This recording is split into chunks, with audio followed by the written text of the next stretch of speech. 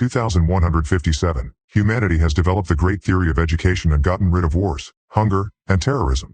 Earth's nature has healed, medicine has advanced enough to save people from any disease, and space traveling has become the norm.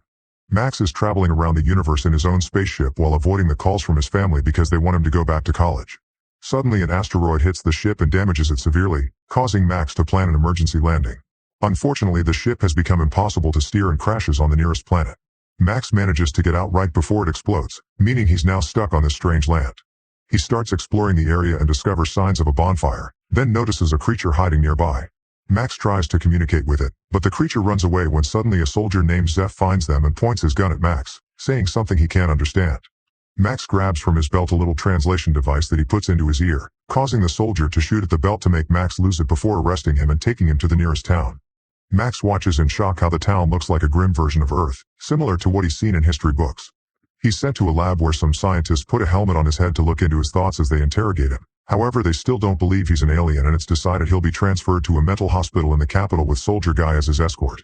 At that moment, every person in the area starts enthusiastically chanting the country's anthem, promising loyalty to the government. However, Zeph collapses as he has a seizure and is taken away by the authorities. On the way to the city, Max notices the awful state of the town and some huge towers every couple of miles. Guy explains that they are protection against enemies. At that moment, an explosion destroys the base of a tower and makes it fall on the road, causing the debris to kill a few people while they try to run away and destroy most of the trucks. When a huge metal road pierces Max's truck, Guy gets caught under the rubble, but Max immediately rushes to pull him out with outstanding strength before they could be reached by the incoming flames. Then Max learns that rebels are trying to bring down the government. That's why they need the towers. Now they have no choice but to continue their trip on foot. As soon as they arrive in the capital, the head of the Department of Special Research Strider hears about it and asks his employee Funk to bring Max to his office. Meanwhile, Max is being kept in a dangerous facility where they put him inside a water tank to keep on looking into his mind. However, the experiments are interrupted by Funk, who uses Strider's badge to take Max away against the scientist's wishes. Meanwhile, in the government building, State Prosecutor Umnik also asks his employee to keep an eye on any news related to Max. Then Umnik notices the time and hides in his bathroom to have the seizure in private. At the same time, Funk is taking Max away in his car and finds the road blocked, so he has to find a new route. He's nervous because he's noticing the time, and at that moment, he starts having a seizure. As the authorities come to pick him up, all the locals begin chanting in favor of the government and call Max a degenerate for not chanting along. Taking advantage of the chaos, Max immediately escapes. In the government building, it's revealed that the country is ruled by a dictatorship under the power of the unknown fathers, who include Strike and Umnik. When one father makes a mistake, he's immediately killed by the others, showing they're ruthless even with each other. After wandering around the city for a while, Max ends up in a bar and meets the waitress Rada, quickly developing a crush on her. He also sees another customer get too handsy with her, so Max immediately calls him out for it. Furious, the man tries attacking Max with his cane, but Max moves fast and quickly disarms him, hurting his arm to scare him away. The rest of the afternoon, Max and Rada chat a lot. Max teaches her about Earth and space, and Rada is revealed to be Guy's sister. She also invites Max to stay in her home. On their way out, the customer from before blocks their way, eager for revenge. He's even brought backup, but Max is still faster and immediately dodges their sword attacks. Then the men fight him hand to hand, however their punches barely tickle Max and he beats them up in seconds. Then the rest of the gang arrives with bigger weapons, but no matter the number, Max can fight them all at the same time. Suddenly a man catches his leg with some rope and then they grab his neck with a whip, yet Max just uses these weapons to drag the enemy around and finish knocking them out. In the end, only the cane man is left and he throws a small sphere with blades at Max, who dodges it easily. Later at Rada's place, Guy also comes home and is shocked to see Max, but he remembers how he saved him and allows him to stay. Days start to pass and Max learns a lot about the local culture, like the fact they're playing his thoughts on TV as if it was a movie. The locals are also taught that they live inside the planet, not on its surface, and there are no other planets or stars. History says that the unknown fathers stopped the war against the rebels known as degenerates with the towers and saved the country. Guy is very enthusiastic about wanting to defend his home and invites Max to become a guard as well.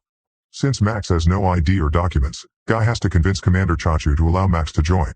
First he has to go through training, so Max learns the chant and joins mission trials, during which he must run through areas on fire and shoot at signs representing degenerates.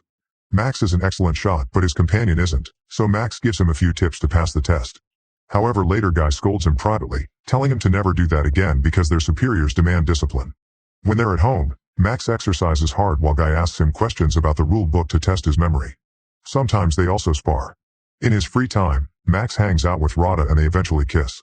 When Max is finally accepted into the army, He joins his first raid in rebel lands. The soldiers storm into the buildings with the utmost brutality, using bombs and kicking people along the way. Max is shocked to discover that the so-called rebels are just terrified normal humans and immediately drops his gun. While the others arrest them, a rebel comes out of hiding and opens fire on them, but he's quickly knocked down and Chachu starts kicking him just for fun. Afterward, Max watches how dozens of normal humans are brutally arrested and pushed into trucks. Chachu asks him why he dropped his weapon and Max explains the word degenerate had made him think he would see wild beasts, not just poor citizens. Chachu begins insulting the rebels and calls them trash but does admit they feel pain like everyone. However, Max explains he doesn't feel pain at all. Later, the fathers judge the rebels while flashing very hot and bright lights at them. Some prisoners deny any rebel activity, while others insult the fathers as they point out all the people they've killed. Depending on their attitude, some prisoners are sent to do daily work and others are executed. A rebel shows them the mechanical arm he had to get after the guards cut his, and the fathers punish him by putting him inside a suit filled with a gas that burns his skin. Max has to watch it all while hiding his disgust. Later, he tries to tell Guy how wrong all this is, but Guy argues back and defends his government's ways. With Max being so public, Funk finally finds his location. Later in the evening, Guy and Max are called to Chachu's office, so by the time Funk gets to their place they're already gone. After what happened earlier, Chachu wants Max to prove his loyalty, so he takes him to the forest and asks him to shoot the two rebels with death sentences. Max takes the rebels away pretending he will shoot them, however he lets them go instead. Then he confronts Chachu, announcing he is quitting. Furious, Chachu opens fire on Max, ignoring Guy's pleas for mercy. Afterward, Chachu drags Guy back to the capital, leaving Max's dead body in the forest. In the meantime, the fathers are discussing tactics to finally put an end to the rebels' attacks. However, Umnik points out this would be a great moment to put together all their guards into a huge army, implying he wants more war. The others like the idea of a full invasion, but they'll have to find a way to make the public accept the idea of war starting again, perhaps by planning a fake assassination attempt. In the evening, the rebels in the forest find Max and are shocked to see he's still alive because his body recovers very fast. Max explains Earth's health technology and points out his people don't know the meaning of fatal wound. He can only be stopped by a shot directly to the head. In return, the rebels explain that the fathers are dictators who took power by force and the towers aren't for defense, they actually send out waves to brainwash people. That's why they always go through a patriotic frenzy at the same time twice a day. Some people are immune to these waves and have seizures instead, but the government's propaganda has marked them as degenerates so they can hunt them down. At that moment the towers send their waves, so the rebels put a stick in their mouths to avoid choking while they have a seizure. In the city, Umnik does the same thing in private. Thanks to his earthling body, Max doesn't suffer pain at all, so he helps the rebels go through it. Afterward, Max and the rebels cut down a fence to cross into tower territory. As the rebels open fire on the soldiers and the alarm is raised, Max runs through the facility without fearing incoming bullets and knocks down any soldier who dares to get in his way with his bare hands. A few rebels are killed and others try to hide behind walls to continue to shoot the enemy to the very end. Max manages to get under the tower and installs a bunch of bombs before running out, tossing a rope through the hooks on each rebel's clothes to drag them out with him regardless if they're alive or not. Thanks to Max's strength, the group manages to escape to the forest right before the tower is brought down by the explosion. Unfortunately, another rebel dies from his injuries, leaving Max and one man as the only survivors. Sometime later, Max sneaks back into the city and reunites with Rada, unaware that a neighbor sees him and calls the authorities. When Guy comes home, an argument ensues, and Guy tries to kick Max out. At that moment the authorities arrive, so Max immediately runs out to keep the siblings out of danger and starts beating up the soldiers waiting outside. He's quick and efficient, but unfortunately Chachu takes Rada hostage and Max has no choice but to surrender. Afterward, Max is thrown in jail with a bunch of prisoners, including Zeph and the guy with the metal arm. Meanwhile, Strike visits Umnik, who makes him sit on a chair so narrow that makes guests uncomfortable on purpose as subtle torture. Since Umnik is in charge of the re-education program, Strike wants him to release Max so he can study him, and they discuss a deal. However, after Strike leaves, Umnik sees Max's profile and learns he doesn't have seizures. Wanting that power for himself, Umnik orders his employee to kidnap Max and make it look like he mysteriously disappeared, and also to send Strike a message saying Max unfortunately died in action. In the morning, the prisoners are sent to the forest to clean, meaning they must pick up every weapon left by the war. Max's group suddenly sees a bunch of defense robots and immediately drops to the ground as the robots open fire, shooting in circles with no signs of stopping. The prisoners wait for the right moment to fire back, and one by one they bring down the robots until they're all destroyed. Then the group continues to search the area, and Zeph teaches Max about the creature he saw when he arrived. He says they're dangerous mutated humans and should be killed on sight or they'll be killed first. After wandering for a while, Zeph suddenly falls into a hidden hole, so Max jumps in to help him. They discover a series of underground tunnels and start walking through them until they find an old abandoned facility. After noticing a beast sneaking around in the shadows, they turn on the power and find some old equipment. While they get distracted looking into some lenses that show them the desert, the beast uses the chance to run out, and Max tells Zeph not to shoot it. As the duo is horrified to notice human bones on the ground, the beast damages the equipment to cut the power before attacking. The beast manages to get Zeph in a very strong hold, ready to bite him off. However, Max is strong enough to fight it with his bare hands.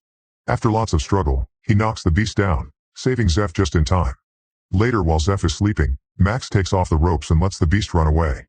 Zeph scolds him for it, but Max explains these beings aren't animals. The next morning, Max and Zeph reunite with Metal Arm Guy and continue to search the area. Among the trees they find a small red tank stuck in a bunch of vines, and when they try to come closer, they're attacked by a black tank that moves freely. The group runs to hide behind the trees and tries to open fire, but their shots don't do anything to the tanks. Thankfully, Max gets an idea. He shoots at the red tank to make it react, and when it tries to shoot back, it ends up bringing down the black tank instead. Then Max sneaks under it and appears behind to climb inside, cutting the wires to make it stop. After sharing a meal with the others, Max announces he's escaping. There are security measures at the borders to stop the prisoners from running away, but Max gets inside the tank and drives it to the south as hidden mines explode around him without causing any damage. When Umnik learns Max escaped, he throws a tantrum in his office. Eventually, Max finds a few soldiers guarding the road and is disgusted to see executed rebels nearby. He tries to stay hidden inside the tank, but rules dictate every vehicle must be searched. Max smiles when he sees the soldier jumping on the tank as Guy and immediately drags him inside before pressing forward, destroying the gate and ignoring the other soldiers opening fire because they can't damage the tank. As they cross unknown lands, Guy is furious because they may be executed for this and tries to escape, but Max keeps him in the tank and promises him a much better life. Make sure to subscribe and turn on notifications so you can watch more videos like this. Thanks for watching.